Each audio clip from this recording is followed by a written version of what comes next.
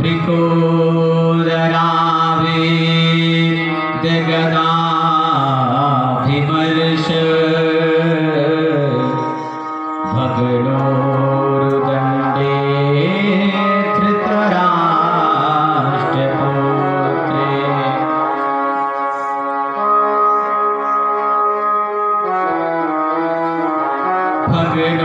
भगणोरुदण्डे धृतराष्ट्रपुत्रे। सूत जी कहते हैं ऋषियों, ये उस समय की बात है जब महाभारत का अंतिम युद्ध हो रहा था। दुर्योधन और भीम का युद्ध हुआ। सभी कौरव सेना मारी गई, अंतिम दुर्योधन बचे थे। भीम भैया ने दुर्योधन का उर्दंड भेदन कर दिया। त्रिकोदरावेद गदाभिमर्श, अपनी गदाओं से भगणोरुदण्डे धृतराष्ट्रपुत्रे।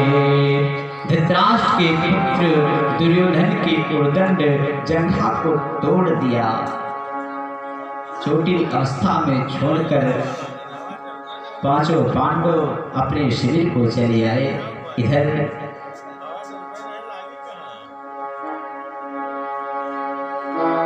चीख रहा है, रो रहा है दुर्योधन, इतना रो रहा है। आकाश में पक्षी जहां पर चाहते वहां पर जाकर बैठ जाते। आकाश में पक्षी उड़ रहे हैं, पक्षी मांस खाने के लिए दौड़ रहे हैं। दुर्योधन को मृत समझकर आते हैं और दुर्योधन को काटने के लिए, खाने के लिए, लेकिन दुर्योधन बूढ़े पक्षी को भगाते भगाते थक चुका है। उसी समय अश्वत्थामा आए। मित्र, मैंने तुम्हारा इतना बड़ा साम्राज्य देखा और तुम्हारी ये दुर्दशा, बताओ मित्र, मैं तुम्हारे लिए क्या कर सकता हूं? मैंने तुम्हारा नमक खाया है, बताओ मित्र।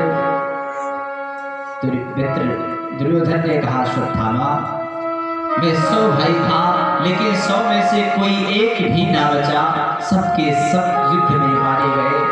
मेरे शत्रु 5 भाई थे, लेकिन किसी की मृत्यु नहीं हुई। यदि एक की मृत्यु हो जाए तो मैं प्रसन्न हो जाऊंगा। मित्र, मेरी यही इच्छा है, 5 पांडवों में से किसी एक की मृत्यु हो जाए। तुरंत अपने जंघाओं के रक्तों से तिलक कर दिया अश्वत्थामा का। जाओ अश्वत्थामा, विजयी हो, तुम जाओ, मेरा ये कार्य करो। अश्वत्थामा चल पड़ा। अर्धरात्रि के समय इधर 5 पांडवों को लेकर भगवान द्वारिकाधीश पहले ही निकल पड़े थे, क्योंकि आज युद्ध की विजय की प्रथम रात्रि है। हम लोग, भगवान ने कहा, पांडव, आज हम लोग कहीं बाहर चल के उत्सव मनाते हैं, क्योंकि आज युद्ध की प्रथम रात्रि है, विजय की प्रथम रात्रि है। हम लोग विजय से प्राप्त किए हैं, हम लोग बाहर चलते हैं। इधर पांचों पुत्र जो थे अपने अपने पिता की सैया पर आकर लेट गए। अश्वत्थामा अर्धरात्रि में आया और जब अर्धरात्रि में आया तो क्या देखा? एक वृक्ष पर कौवा और एक वृक्ष पर उल्लू बैठा है। उल्लू ने जब हमला किया तो सभी कौवे भाग गए, डर के कारण मारे गए कुछ कौवे। ये बात अश्वत्थामा के मन में बैठ गई, काग और उल्लू के न्याय से मारा जाए। रात्रि में एक उल्लू ने तमाम कौवे पर विजय प्राप्त कर ली। उसी प्रकार दिन में तो मैं विजय नहीं प्राप्त कर सकता हूँ, लेकिन रात में विजय जरूर प्राप्त कर सकता हूँ। चल पड़ा और 5 पांडवों के 5 पुत्र का गला जो है धड़ से अलग कर दिया, गले को काटा। एक नहीं, 5 का सिर लिए चल पड़े मित्र दुर्योधन के पास। मित्र दुर्योधन, तुम कहा करते थे, मित्र मुझे एक की मृत्यु हो जाए मैं प्रसन्न हो जाऊंगा। अरे मित्र देख, तू एक की बात कहा करता था, मैं 5 का सिर लेकर चला आया। मित्र दुर्योधन प्रसन्न हो गया।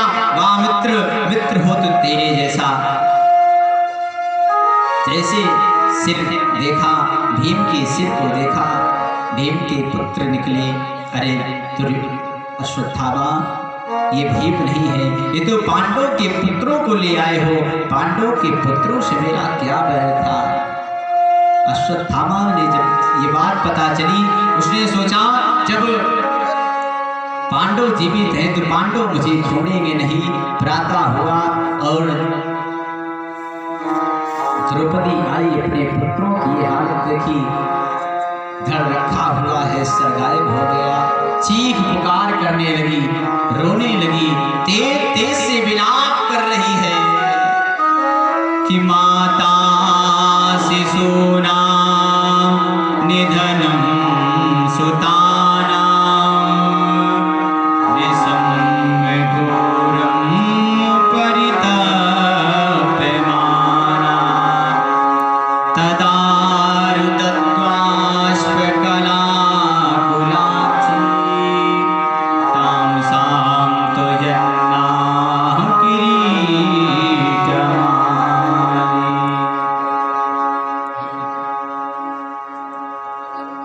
द्रौपदी की इस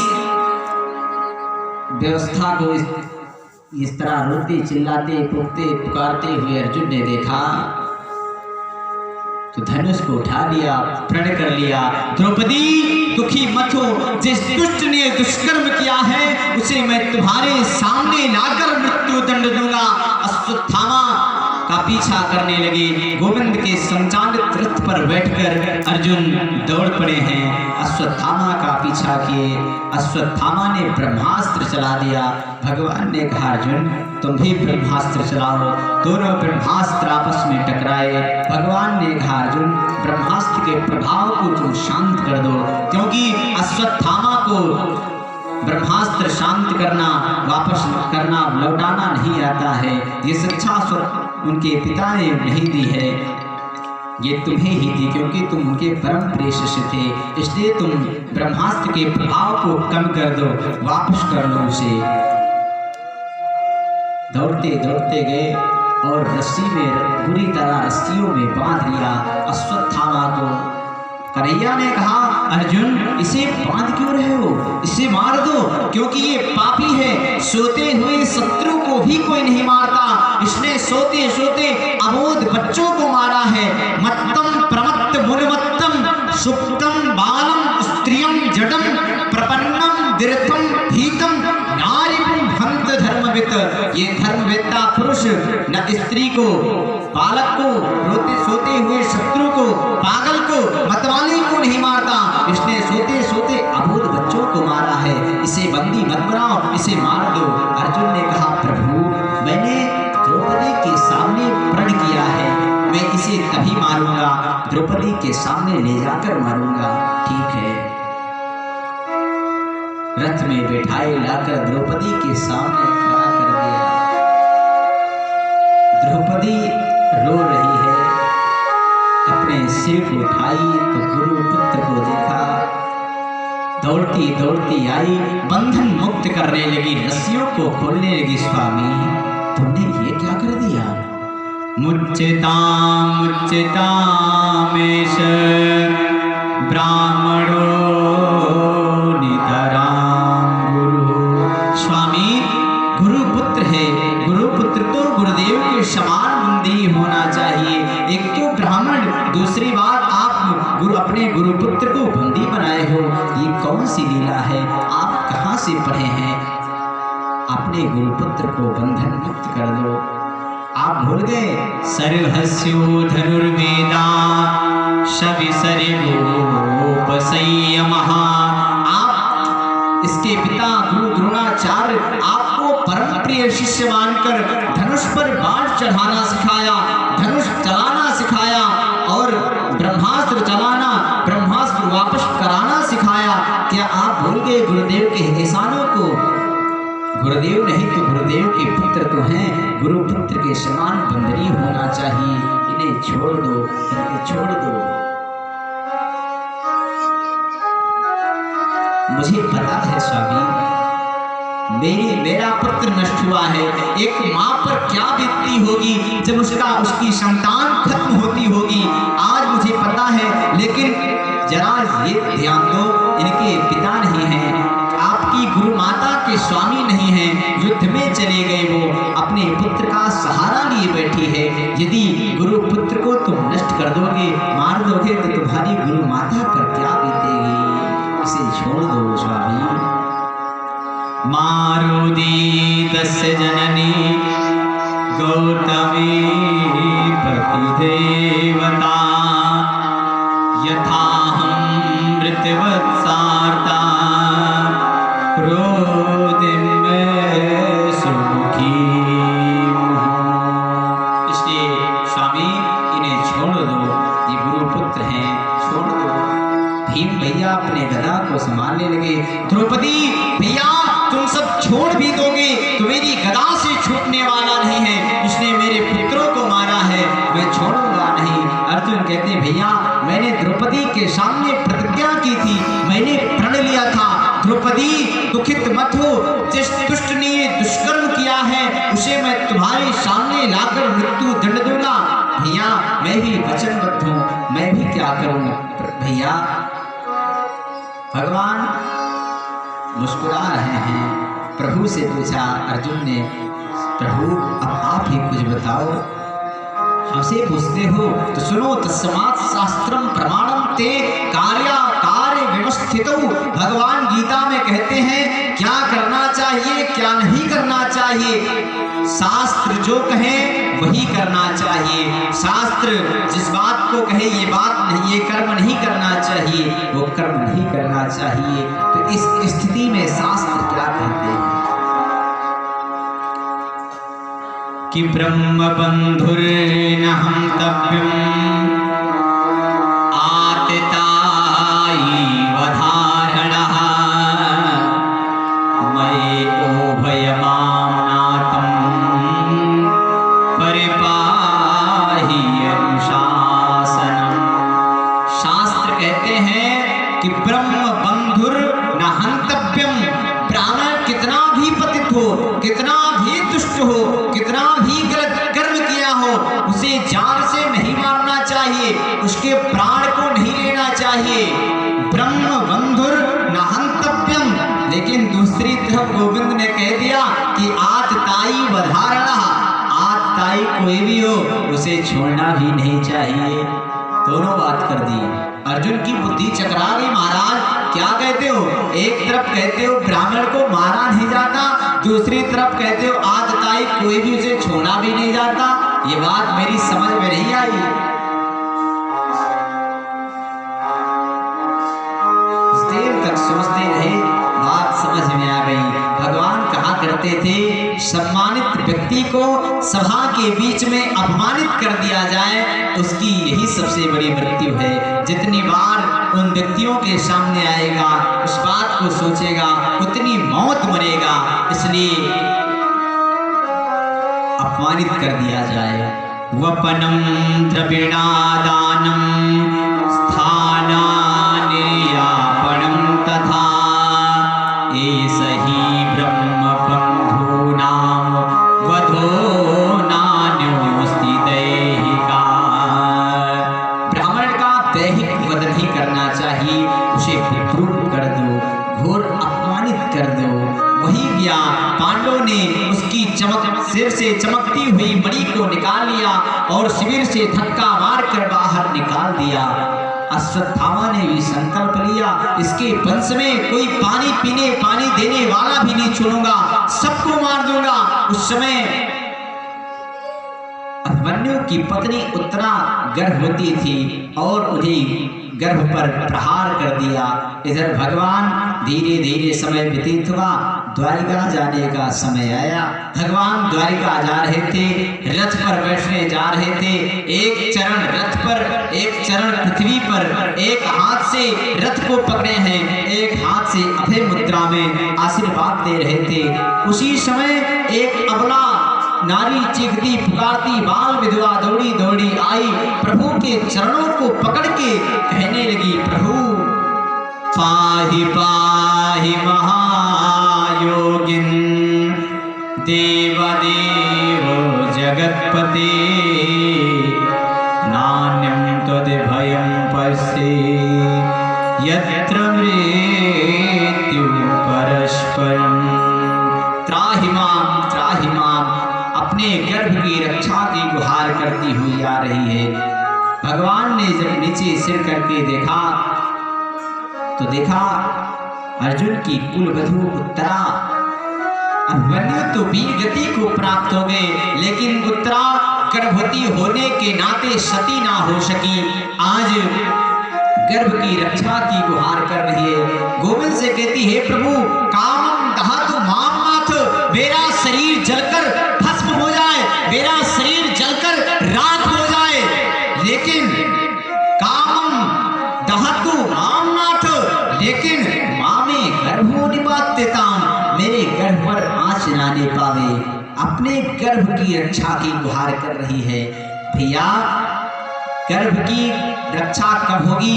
जब माँ की रक्षा होगी तभी गर्भ की रक्षा होगी। भगवान समझ गए, तुरंत छोटा सा रूप बनाए और देवी उत्तरा के गर्भ में प्रविष्ट हो गए। परीक्षित और भगवान नारायण का आमना सामना हुआ। ब्रह्मास्त्र के प्रभाव को शांत कर दिया, परीक्षित को स्वस्थ कर दिया। धन्य है देवी उत्तरा। भारत में माताओं ने अपने गर्भ में भगवान को रखा, राम और कृष्ण के रूप में। कौशल्या मैया धन्य है जो अपने गर्भ में परमात्मा मेरे राघव को अपने गर्भ में रखा। मेरी देवकी मैया धन्य है जो भगवान कृष्ण को अपने गर्भ में रखा। धन्य है कयाधु जो अपने भगवान के भक्त को प्रहलाद को रखा। धन्य है सुनीति जो भक्त प्रहलाद ध्रुव को रखा। लेकिन आज उन सबसे अधिक धन्य कौन है? देवी उत्तरा। भगवान किसी के गर्भ में भगवान के रूप में गए, किसी के रूप में भक्त के रूप में आए, लेकिन आज देवी धन्य है जो भगवान और भक्त एक साथ दोनों एक गर्भ में विराजे हों। ये अवसर यदि मिला है तो देवी उत्तरा को मिला। धन्य है देवी उत्तरा। भगवान स्वस्थ किए परीक्षित को और प्रकट हुए हैं। उत्तरा प्रसन्न हो गई, चरणों में प्रणाम करने लगी, बार बार प्रणाम कर रही है। मुख से वाणी से शब्द नहीं निकल रही। मैं प्रभु को किस तरह धन्यवाद दूं? आकाश का अंत कोई नहीं पार सकता, लेकिन पक्षी अपने सामर्थ्य के अनुसार आकाश तक जाने का प्रयास किया करते हैं। धन्य है प्रभु। बार बार चरणों में प्रणाम कर रही है। भगवान फिर चलने के लिए रथ पर आरूढ़ हुए। तब तक मैया कुंती आ गई, भगवान के चरणों की स्तुति करने लगी। नमस्ते पुरुषं तात ईश्वरं प्रकृति परम। हे प्रभु आप भगवान हैं।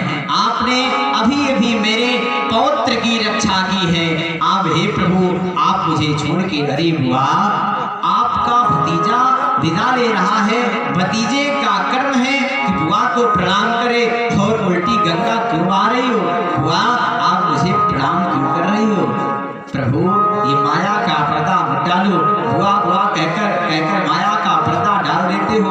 आज मैं जान गई विशाल महाग ने मेरे भीम को विष के लड्डू खिलाए गए, लेकिन आपने ही मेरे भीम की रक्षा की।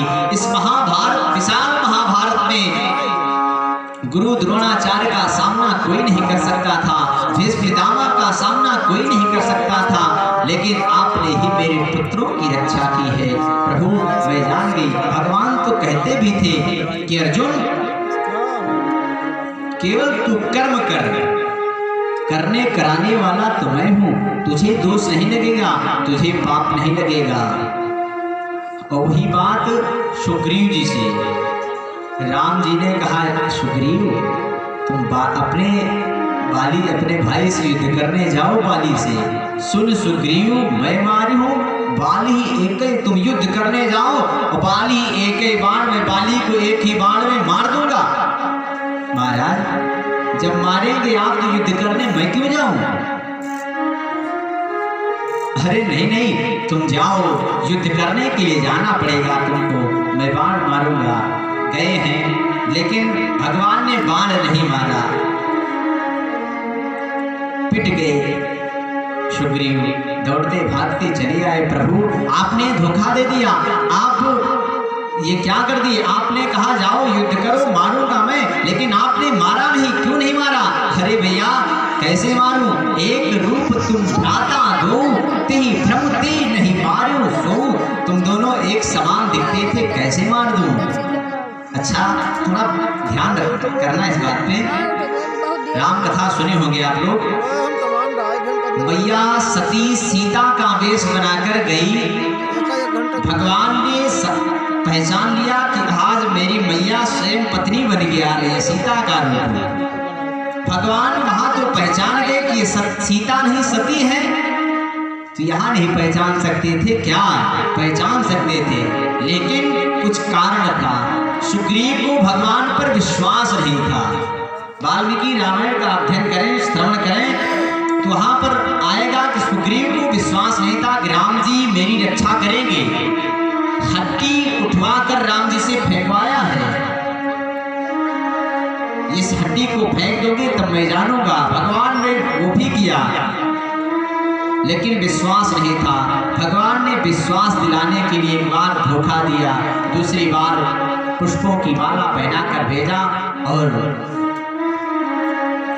सुग्रीव को पहचान गए, माला गले में, बाली को मार दिया।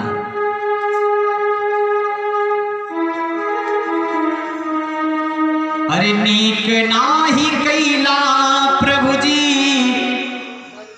नीक नाही कैला प्रभु जी,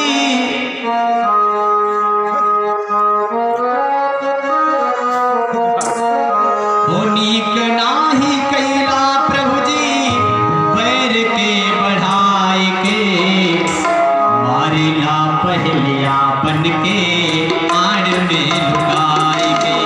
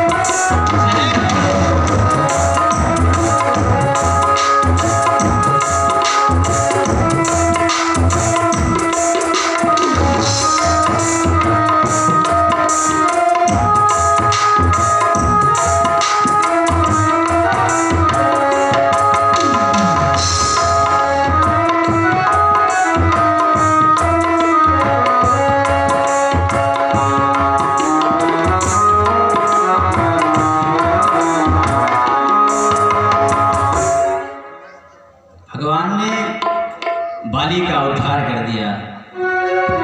तो वही राम कथा का विषय नहीं है, भागवत जी का विषय है। तो इधर क्या हुआ? कहा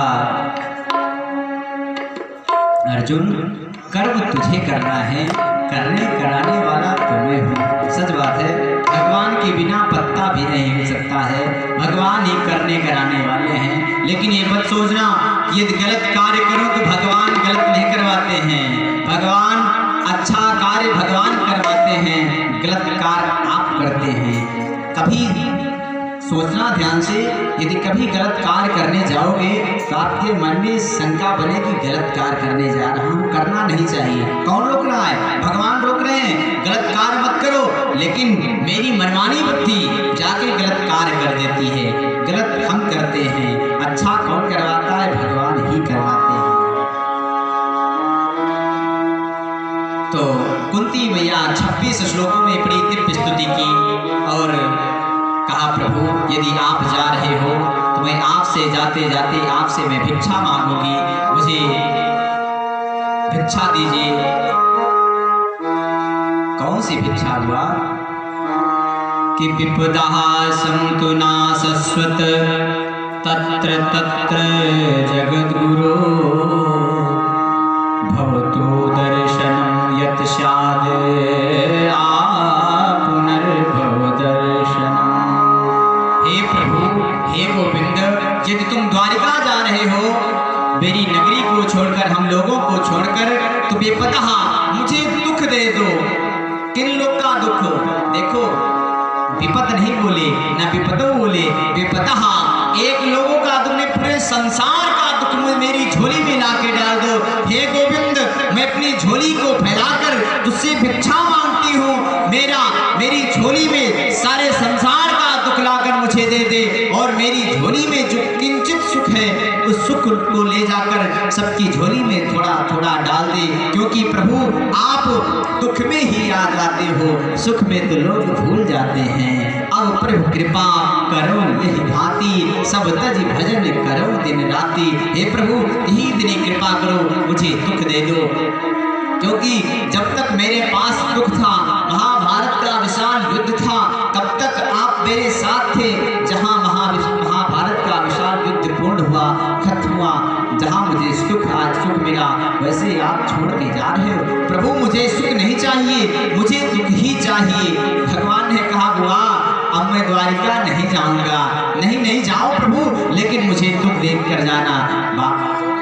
बाबा ने लिख दिया कि जो आनंद सिंधु सुख राशि, सी करते त्रयी लोक सुपासी।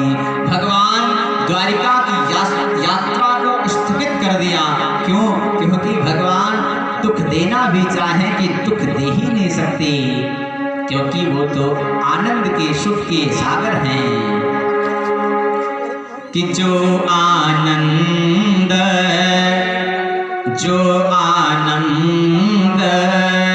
सिंधु सुख राशि, सी करते त्रैलोक सुपासी।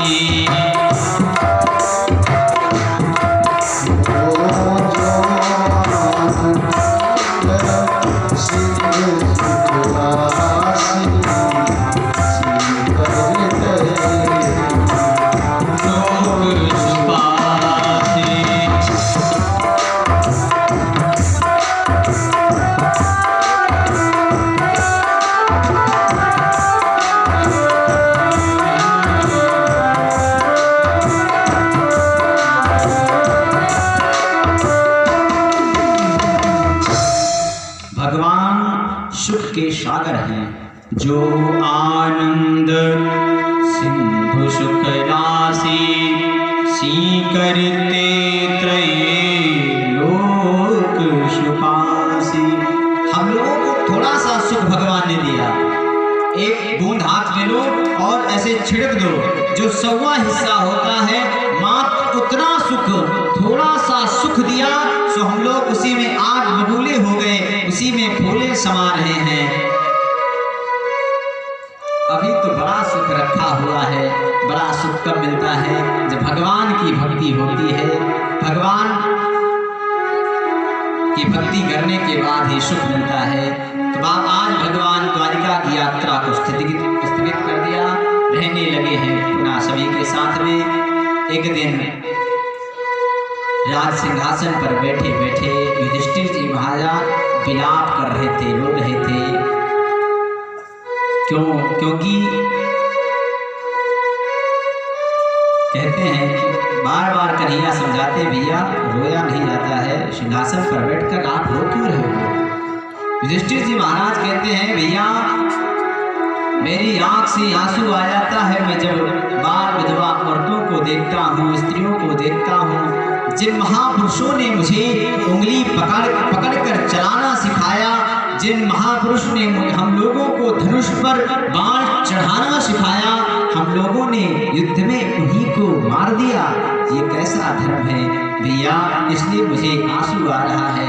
बार बार भगवान समझाते हैं, कई भली भांति समझाते, लेकिन बात समझ में नहीं आती। यम मन से मातुलेयम प्रियम मित्रं सुहृतम,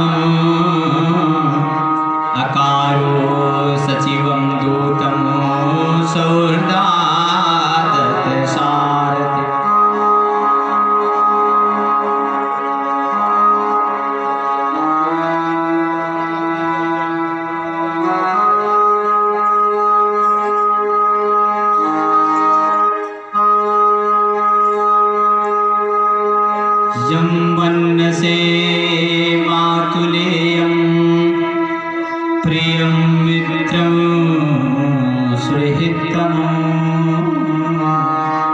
अकारो सचिवं दूतं सौहृदादृतसारथिम्।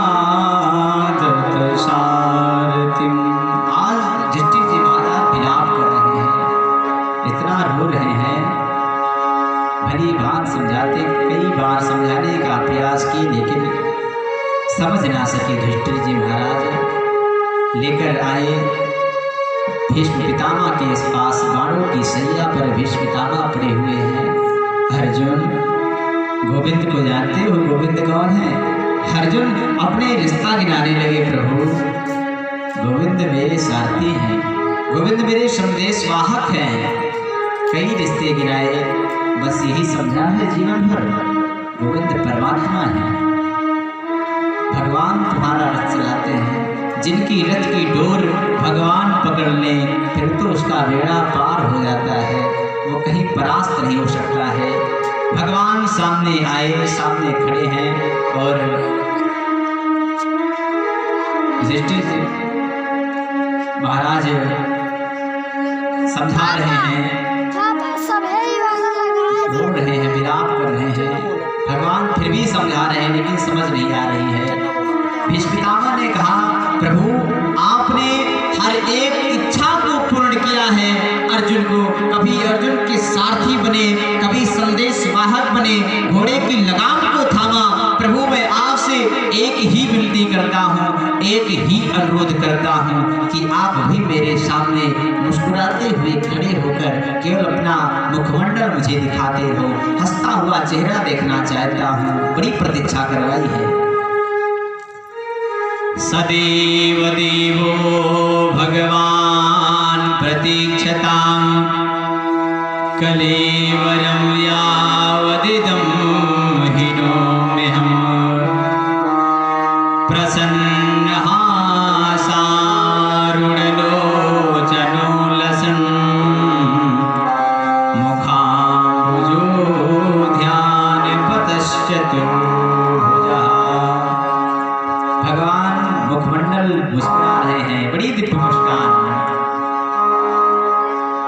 भगवान मुस्कुरा रहे हैं और भीष्म पितामह भगवान के मुखमंडल को देख रहे हैं। तेरी मंद मंद मुस्कानिया पे, सभी लोग दोनों हाथ को ऊपर करते हुए प्रेम से,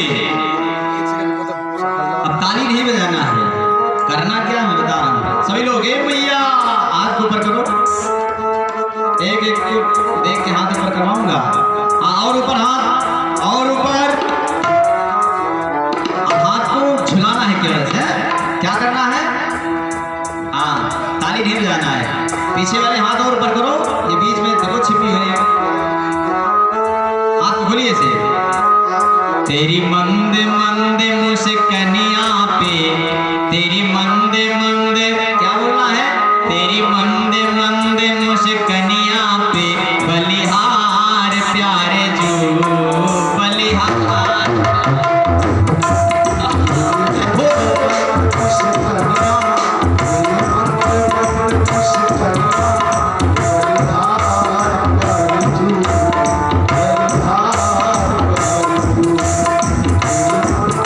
Yes.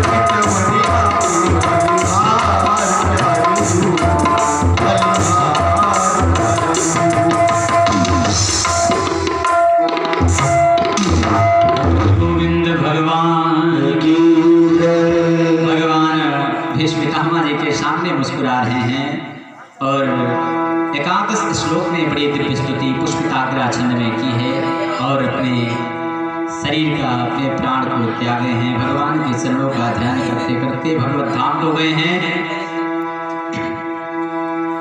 उसके बाद युधिष्ठिर जी महाराज ने उनकी अंत्येष्टि क्रिया आदि सब किया है। आगे की कथा जो है कल से शुभारंभ की जाएगी। कथा का समय राइट 7 बजे से 10 बजे तक कथा होगी। आप लोग आइए। कल कथा का तृतीय दिवस, जिसमें सृष्टि वर्णन की कथा और कपिल पाख्यान की कथा, सती चरित्र की कथा और भक्त ध्रुव चरित्र की कथा, साथ में झांकी भी दिखाई जाएगी। इसलिए आप सभी जरूर आवें। और कल तो ध्रुव चरित्र, परसों प्रहलाद चरित्र, भगवान कृष्ण जन्मोत्सव, प्रतिदिन झांकी का दर्शन दिखाया जाएगा आप लोगों को, इसलिए अवश्य पधारें। आइए 2 बार भगवान का नाम लेते लेते खड़े हो, आरती का दर्शन करें। समय भी अधिक हो चुका है। जय सिया राम, जय जय